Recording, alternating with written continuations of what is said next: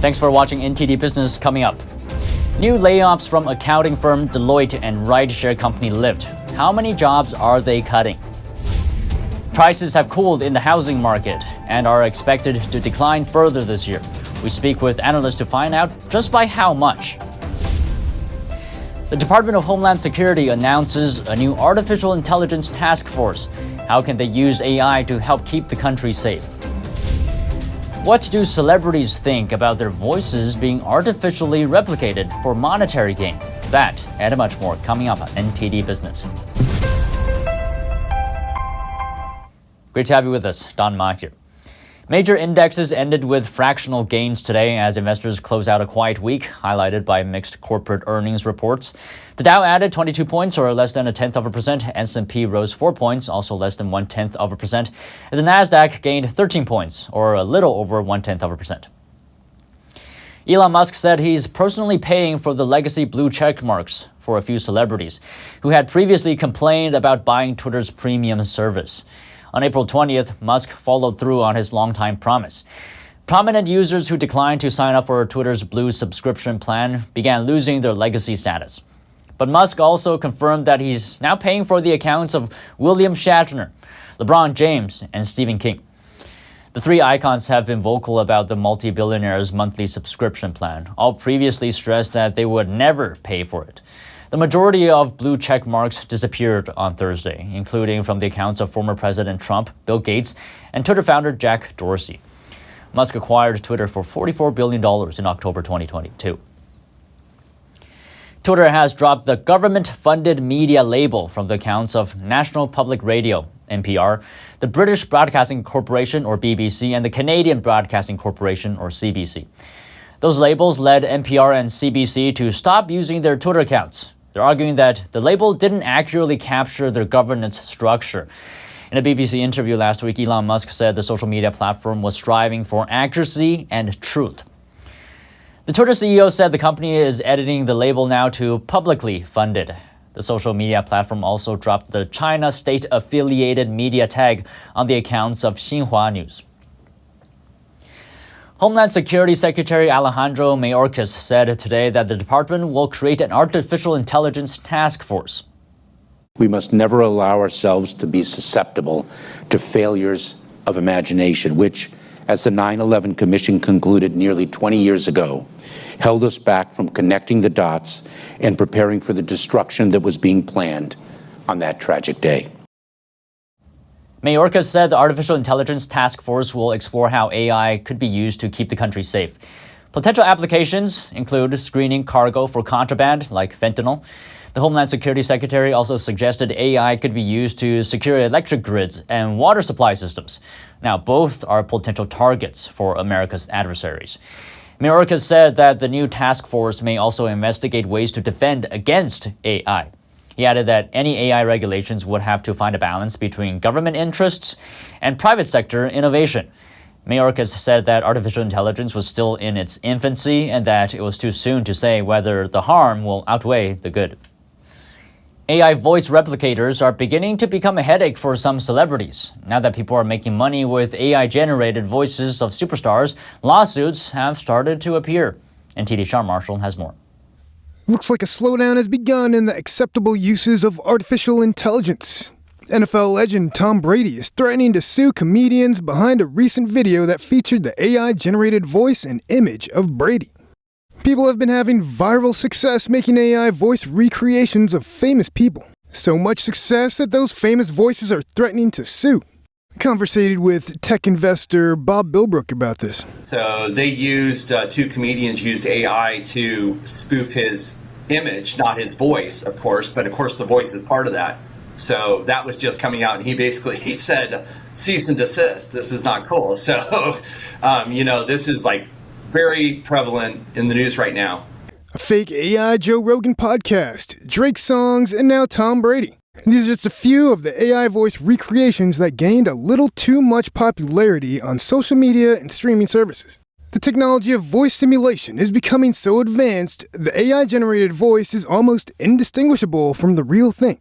The music industry and the people with famous voices are having to figure out how AI should be handled. think of all the new songs once Taylor Swift's voice is, basically digitally enhanced and tracked into a system.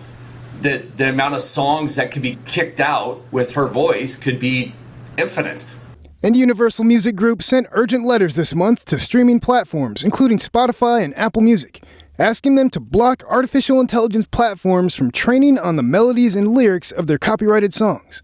Similar to the early days of the internet, loopholes will pop up for intellectual property rights holders to figure out. Sean Marshall, NTD News.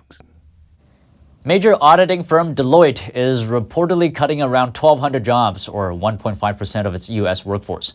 This is according to the Financial Times. Higher job losses are expected in the financial advisory business. This is due to a slump in merger and acquisition activity. But Deloitte says its U.S. businesses still have strong client demand. Several financial firms, including major Wall Street banks, asset managers, fintechs, have also slashed jobs in recent months.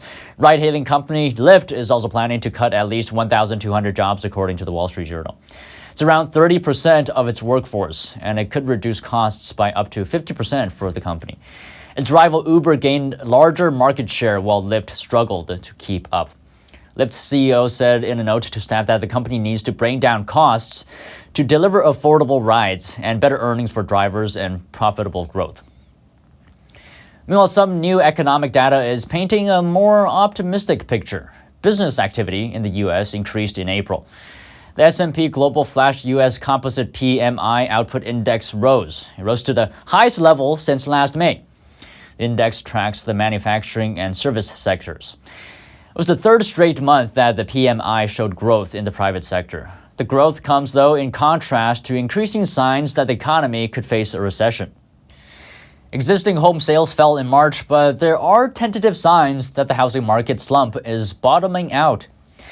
The National Association of Realtors said on Thursday that existing home sales dropped 2.4% last month. They had increased in February for the first time in a year. Sales fell in the West, Midwest, and the South. Sales remain unchanged in the Northeast. The Federal Reserve's aggressive interest rate hikes have greatly impacted the housing market. Residential investment has contracted for 7 straight quarters, its longest such streak since the 2008 financial crisis. Mortgage rates declined from mid-March through mid-April. That should put some buyers back into the market. But recent bank failures could result in lenders tightening standards. And joining me is Nadia Evangelo, Senior Economist and Director of Real Estate Research at National Association of Realtors. Now, the first thing I would like to know is prices. Are prices coming down in the real estate market, in the housing market this year, 2023? What we see for home prices that's the first month, like in March, that prices fell, and they fell by less than 1 percentage point compared to the previous year. In fact, we expect home prices to drop further in the next month. I think until the end of the summer months, like last June, we had a record high home price of almost like $430,000. So we don't expect median home price to surpass this level like this year. But due to low supply that we have in the housing market, price appreciation will rebound soon.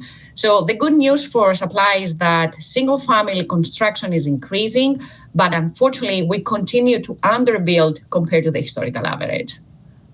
I see. So what you're saying is prices will dip a little bit this year and then rebound into the end of this year, 2023. Yeah, our forecast for 2023 home prices is to drop by 2 percentage points. And then in 2024, we're going to see a rebound with home prices to increase at normal levels, 3 to 5%. Because home sales are affected by mortgage rates, since a lower or a higher mortgage rate has a direct impact on the monthly mortgage payment. And mortgage rates will continue to fluctuate in the following months. It's very promising to have that inflation is easing more than expected, faster than expected, but and we expect inflation to slow down even further later. So mortgage rates will likely drop below 6% by year's end, and this can boost housing activity. Now, I think you touched on this. You mentioned 2% drop in prices. Can you elaborate further? What is the cause of that? Usually for a home to close, it takes like a month to 2 months. So if you remember, like in February, because this is the data that we have like for March. So in February, we had mortgage rates that they were rising. They went down in December, January, and then in February, they were rising. So this higher mortgage rates made like some buyers to be out of the market, and this is mostly due to affordability. Okay, just one more thing, Nadia. The Federal Reserve is projected to perhaps pause this year if inflation goes in the direction that they would like to see, and perhaps in subsequent months they may cut rate, maybe at the end of this year, maybe next year. But the point is, if the Fed pauses or starts cutting rates, how is that going to impact the housing market?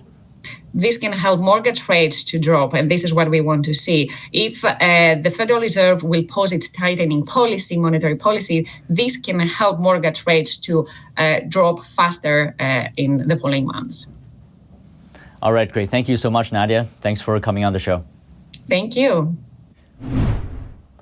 Now, obviously, the housing market is a very complicated subject. There are a lot of variables that can affect it. So we thought it would be a good idea to talk to another expert in real estate. Take a look.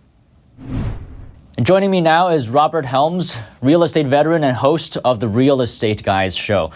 Now, we've been hearing since 2002 that there could be, some downside to prices in the housing market. We are seeing cooling a bit in this market.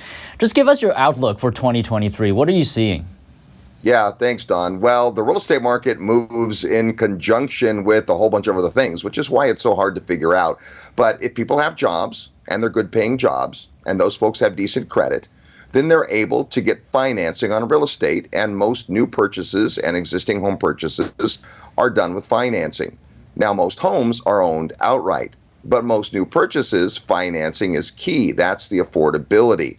And what's happened in the last 6-8 months is that rates have gone up substantially.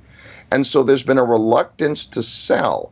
If I was thinking I might want to move up a neighborhood or two, but my current lending is at 3.2% and my new loan is going to be at 6.8%, I'm going to think twice about that.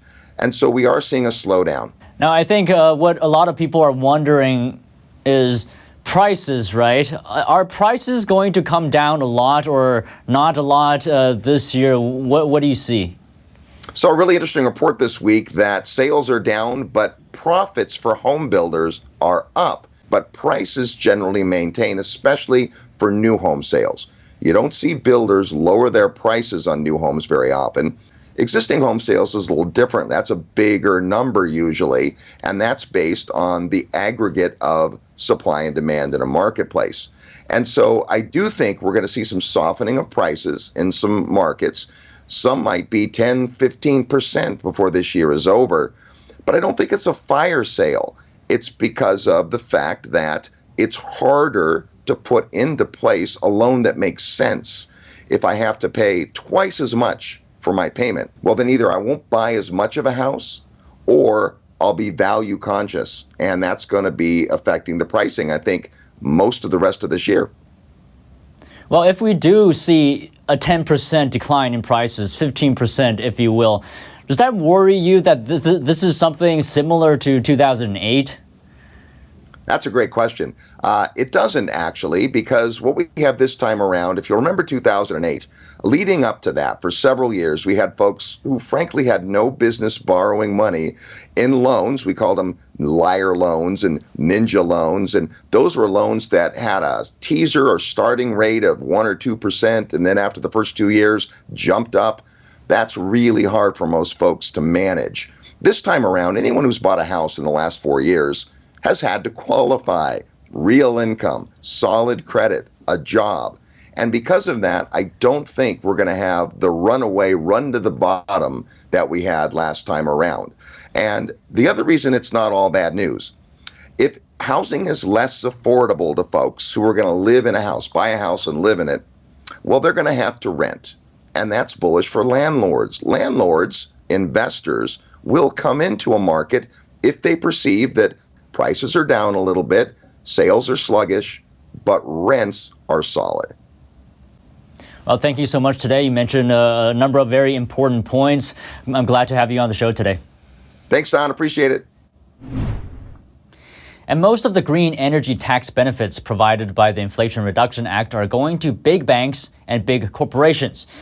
This is according to a new congressional analysis. Now, just to refresh your memory, President Biden signed the Inflation Reduction Act into law last year. It's worth $750 billion. According to the study, firms with over $1 billion in sales are set to receive over 90% of the green energy tax subsidies. The study focuses on two main credits: electricity production tax credits and electricity investment tax credits. It found that 97% of the production credits go to big firms valued at $1 billion or more, while 92% of the investment credits go to large banks and insurance firms. The study was done by the Nonpartisan Joint Committee on Taxation. Democrat lawmakers disputed the analysis. At a recent hearing, Congresswoman Judy Chu said the Inflation Reduction Act is addressing, quote, the climate crisis and creating thousands of American jobs in the process. Canada and Volkswagen today outlined plans for a nearly $15 billion battery factory in Ontario. It's the country's biggest single investment yet in the electric vehicle supply chain. One of the 3 gigafactories that Volkswagen is making for batteries to build the future around the world. The first site outside of Europe to build the future of automotive excellence. The battery plant is expected to be Volkswagen's largest in the world and create up to 3,000 jobs. It aims to have 90 gigawatt hours of capacity. Canadian Prime Minister Justin Trudeau said that when completed, it will be the largest factory in Canada. Groundbreaking planned for 2024, production projected to begin by 2027. The South American country of Chile is planning to nationalize its lithium industry. Lithium is a critical ingredient in making electric car batteries, and Chile is the world's second largest producer of the metal. The move could present new challenges to EV makers for securing battery supplies. Chile is going to nationalize its lithium industry, the world's second largest producer of the metal essential in electric vehicle batteries. President Gabriel Boric announced a shock move in a televised address on Thursday, saying it's the country's best chance at, quote, transitioning to a sustainable and developed economy. Chile has one of the largest lithium reserves of the world. It is a mineral that, being in electric bus and car batteries, is key in the fight against the climate crisis, against climate change. This is an opportunity for economic growth that will be difficult to beat in the short term. The announcement poses a fresh challenge to EV makers scrambling to secure battery materials as more countries look to protect their natural resources. Mexico nationalized its lithium deposits last year, while Indonesia banned exports of nickel ore, a key battery material, in 2020. Boric's plans for public-private partnerships managed by the state mean control of Chile's vast lithium operations would in time be transferred from industry giants SQM and Albemarle to a state-owned company.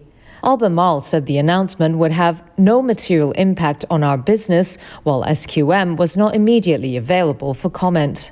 Boric said he would present his plans to Congress in the second half of the year. 6G is coming. The White House today met with telecommunications experts to discuss building 6G. It's expected to be vastly more powerful than 5G, and with this power, there will be a new variety of more widespread applications, which will transform all areas of life and every field. That's going to be advances like using the internet simply by moving your hands through the air. It's going to give real-time holograms potentially everywhere and smart cities. 6G refers to the 6th generation of wireless telecommunication technology. And just a bit of history, 1G, or the first generation, came out in the 1980s. You could use it only to talk. 2G introduced text communication. 3G let us use the internet on our phones. And both 4G and 5G made everything faster and more powerful. And this power brought us virtual reality and self-driving cars.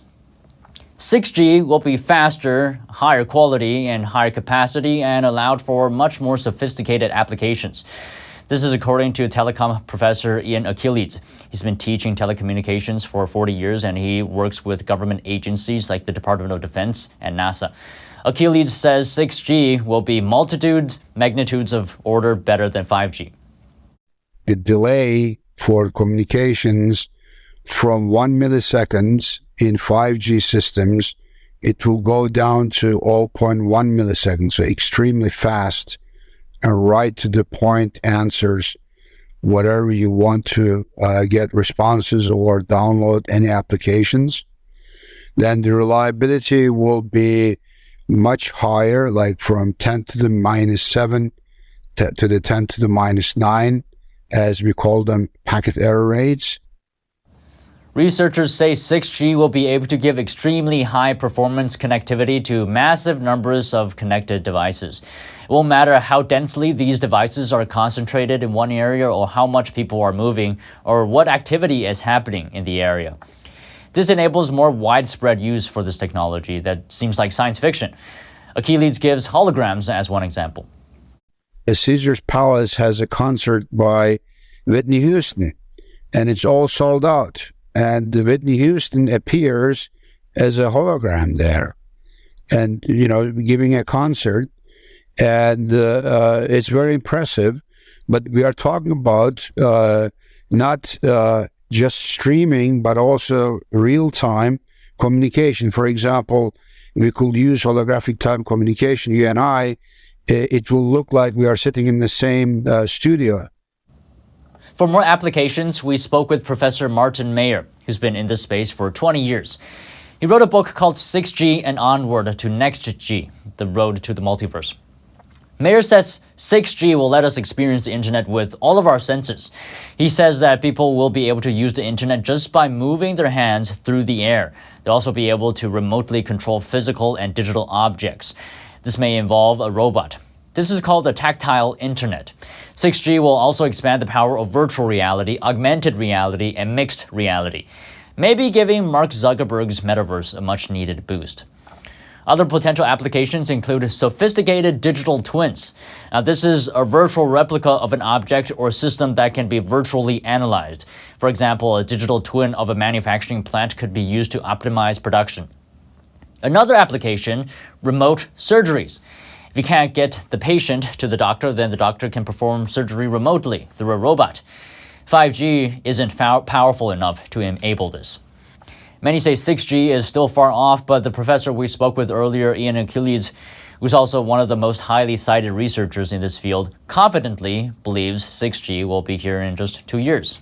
Should you be prepared? Ikea is planning to spend more than $2 billion to open 8 new locations in the U.S. The move would expand the retailer's furniture empire in the U.S. in its biggest ever investment in a single country. The locations of the new U.S. stores have not been decided yet, but Inca Group, Ikea's Dutch holding company, says it plans to grow its presence on the east and west coasts and invest more in the south. Also wants to open 9 smaller plan and order points in the U.S. over the next 3 years. Plan and order points are for customers who want to get consultation on how to design their homes as well as place orders. The company says the new outlets would create 2,000 jobs. Ikea currently has 51 stores and 2 plan and order points in the U.S. And that's it today from the NTD Business team and myself, Don Ma. If you have any news, tips, or feedback for the show, please email us at business@ntd.com. Thanks for watching. We'll see you next week.